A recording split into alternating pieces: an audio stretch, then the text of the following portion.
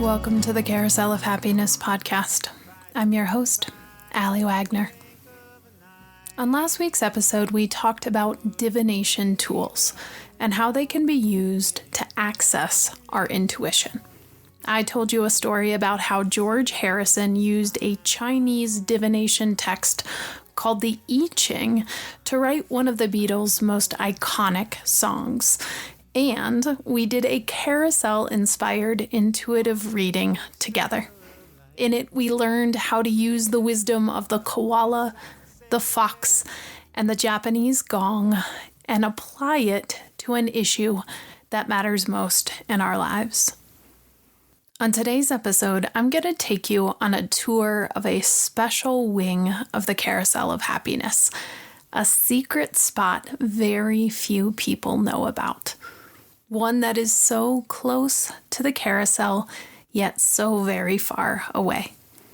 A place tucked away from the din of the ordinary world, protected from the hum and the heave and the churn and the burn.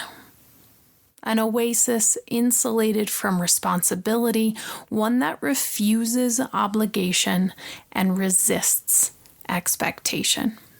A solitary space free of dings and pings and beeps and whines, where nothing is required, nothing is expected, and nothing needs to be done. Where you are never missing out, you are never too late, and you are never left behind. I'll tell you about a place that is similar to the carousel, but still silent, without the bells and whistles, without the squeals, without the laughter. It's a place that is ready for you. Ready to embrace you, ready to hold you, ready to support you, just as you are, right here, right now. Are you curious? Let us begin with today's story.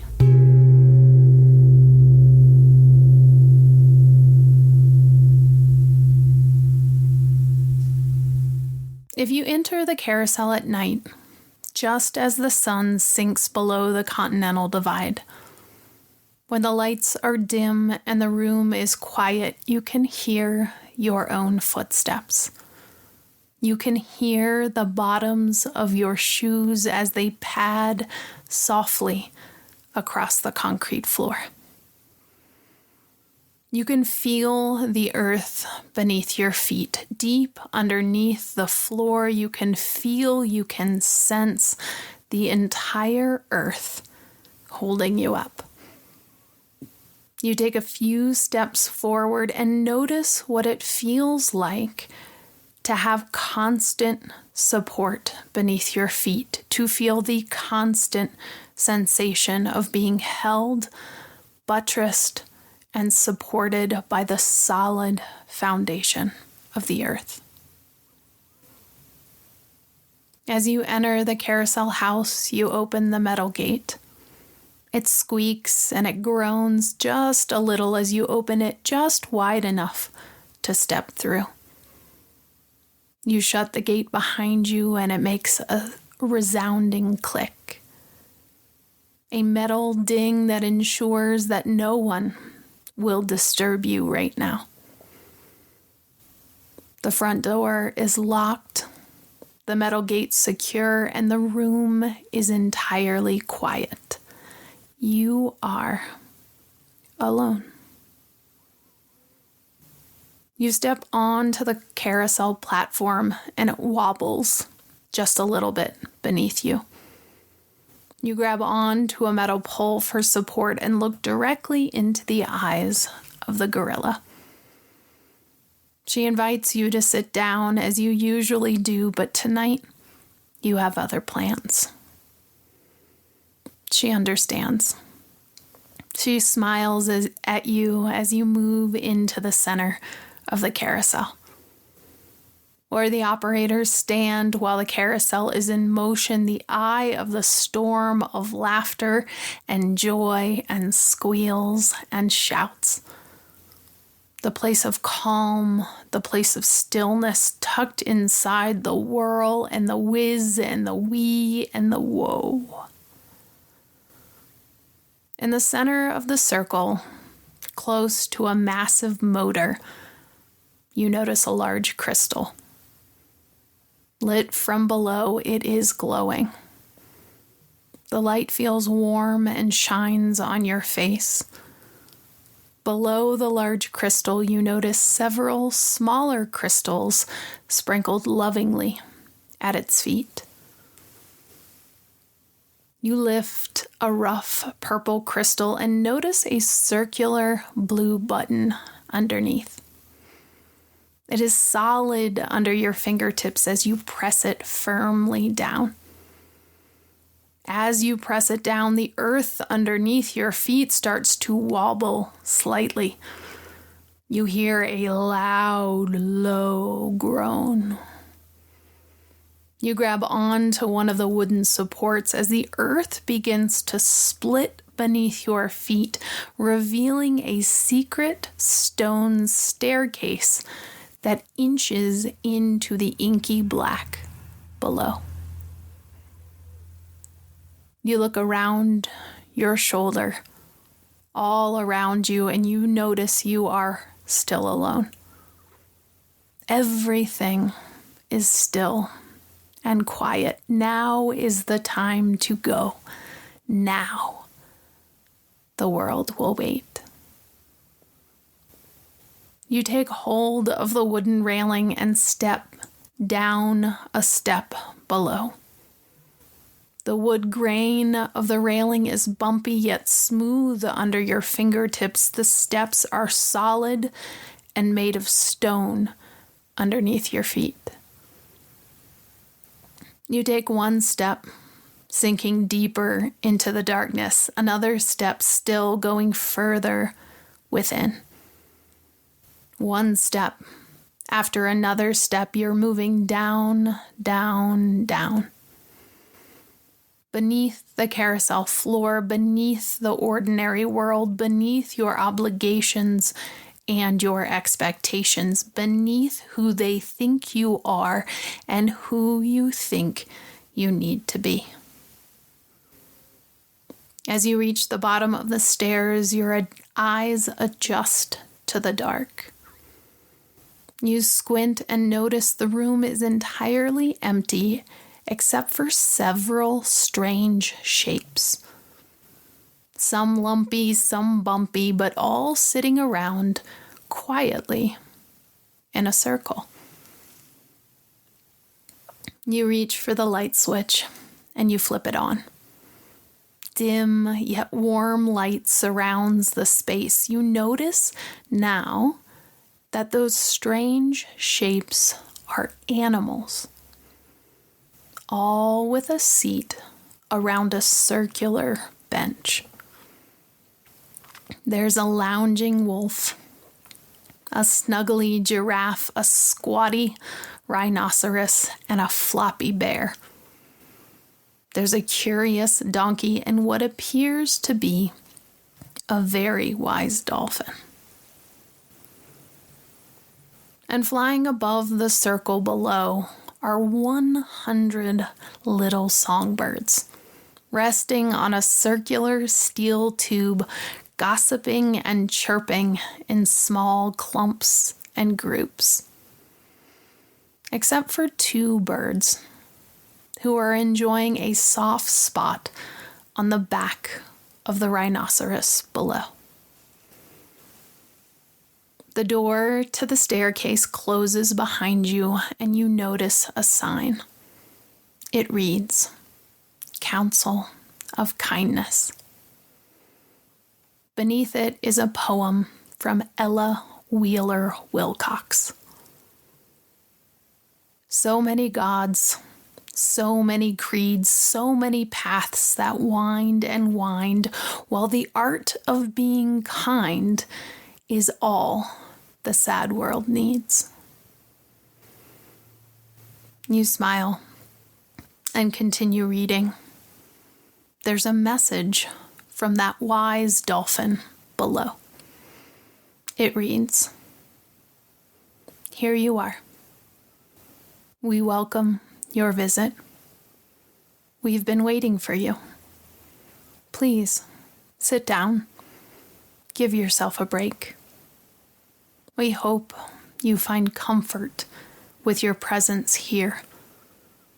Let the birds above send your thoughts and prayers away. We call ourselves the Council of Kindness. Here, you are one of us. Come back often. You notice the animals are all looking at you, inviting you to come sit on the soft benches in between them. You notice there isn't much room. Not many people will fit, but there is room for one you. You walk to the center of the circle and immediately sit down next to the rhinoceros without understanding why. There's something about her strength, her power that appeals to you. Her hulking mass is temporarily at rest, seated softly on the bench next to you, instead of plowing her way through the savannah somewhere. You recognize her to be tough, but gentle. Just like you, she has a tender heart, tucked inside an armored exterior. You brush your fingers along her side and notice that while she's dark in color, she's lightly speckled with paint. Just a little bit of color for what appears to be a special kind of rhino. You notice the two birds perched on her back. They don't seem to bother her. You get the sense that they have an understanding. The birds don't ask more of the rhino than she's willing to give, and she, in return, gives of herself happily. You look her in the eyes to get a sense of who she really is, and you notice one of her eyes is cloudy. She is, indeed, a different kind of rhino. Just like you, she has a vulnerability that sometimes can cloud her vision, but just like you, she is perfect, just the way she is. Thank you for the reminder, you say to Miss Rhino. Thank you for reminding me of the tenderness that lies within me. Thank you for reminding me that my vulnerability isn't something to hide, but something to proudly accept and to honor. Thank you, Mrs. Rhino, for reminding me that I am perfect just as I am, right here, right now. On the other side of Miss Rhino flops a big black bear, sitting tall with legs spread wide and a big, goofy grin. Mr. Bear has one of those sweet faces you desperately want to pinch and squeeze, but you don't, because that is rude and because you find typically it to be best practice not to go around pinching bears. Much like Miss Rhino, Mr. Bear's size sometimes means people make judgments about him before they even get to know him. While he is large, he is also extremely kind. His sweet face is open and he does not judge. He does not judge you or me or him or them because he knows every single being on this earth is doing the absolute best they can with what they have right now, and that is A-okay with Mr. Bear. Mr. Bear knows there are no right answers. He knows there is no one-size-fits-all. He knows you must turn inward to seek your own wisdom, and when you do, you can take it to the bank 100% of the time. Mr. Bear encourages you to find your own inner voice, your own inner counselor, through what he calls human hibernation. also known as meditation, as introspection, and as dreams. In these quiet spaces, says Mr. Bear, you will find your perfect advice, your perfect next step, your perfect answer.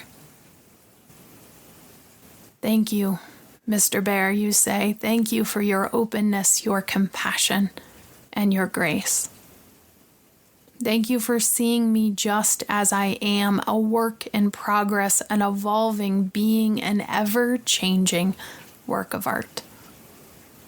Thank you for understanding the complexity within me and accepting my unusual choices, even if they might not make sense to those around me. Thank you for reminding me I always have access to the innate wisdom within me, just beneath my surface. You move a little in your seat to readjust your position. You take a big breath and you exhale.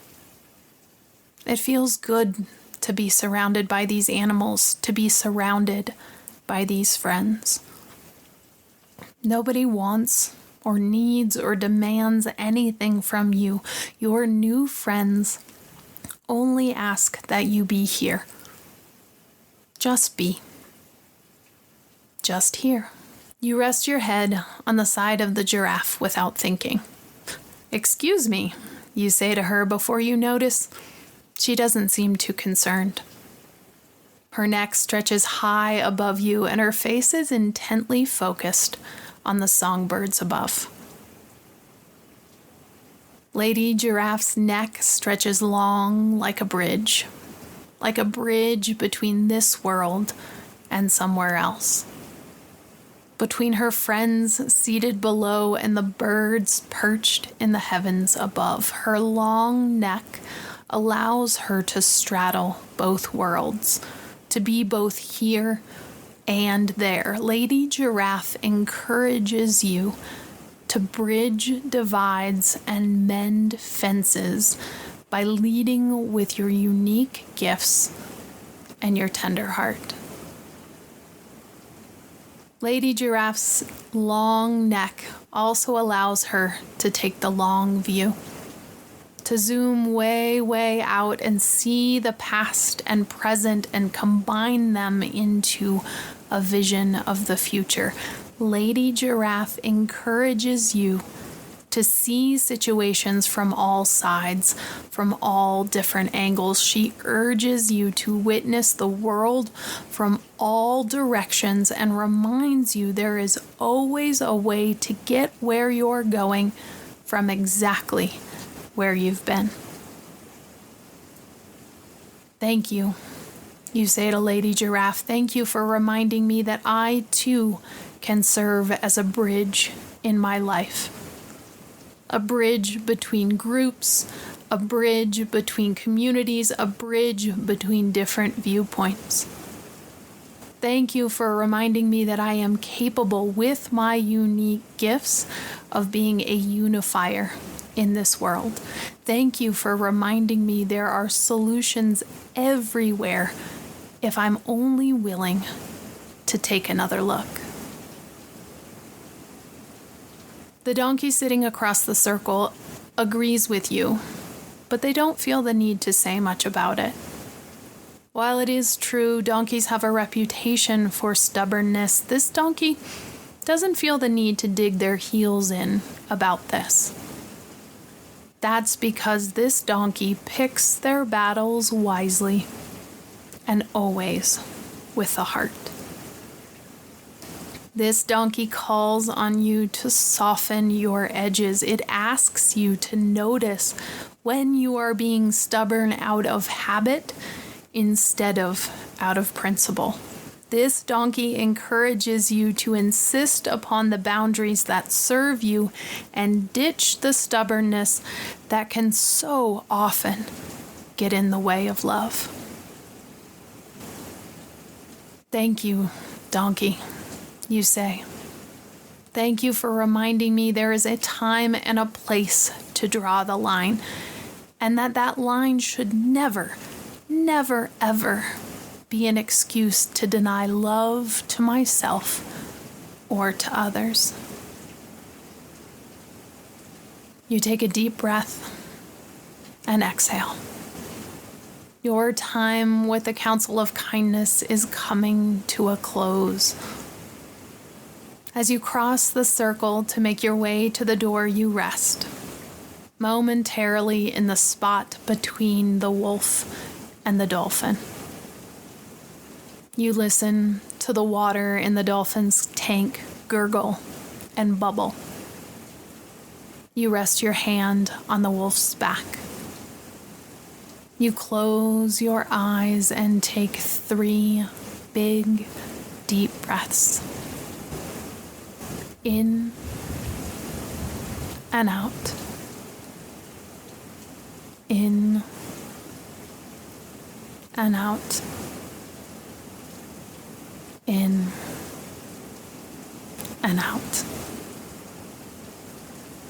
While you must move on, you know the wolf, the dolphin, and all of your new friends will be waiting for you on your next visit. Waiting to welcome you just as you are for just as long as you're able to stay. You nod your head in thanks. You thank your new friends for the moment of stillness, the moment of silence. You thank them for the opportunity to be seen and heard just as you are, without duty, without obligation, without expectation or demand.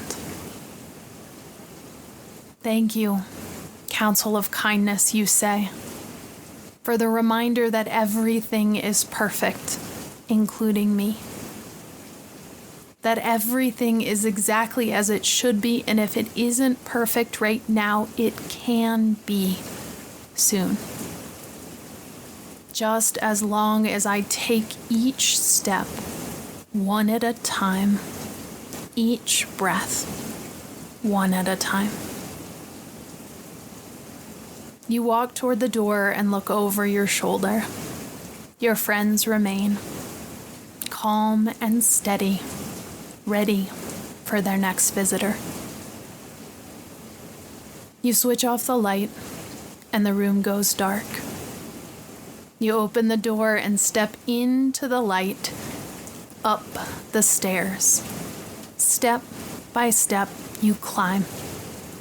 Ready for the world to open up in front of you, ready for what's next. You move about your day feeling different, feeling changed. It's part of what happens when you pay a visit to the Council of Kindness. We'll talk more next week about what exactly the Council is and its relationship to the carousel. But in the meantime, take care. Be well. And as we like to say at the Carousel of Happiness, don't delay joy. And we'll see you next time around.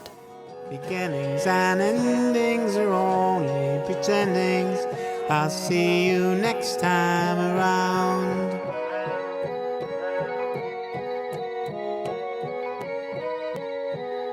I'll see you next time.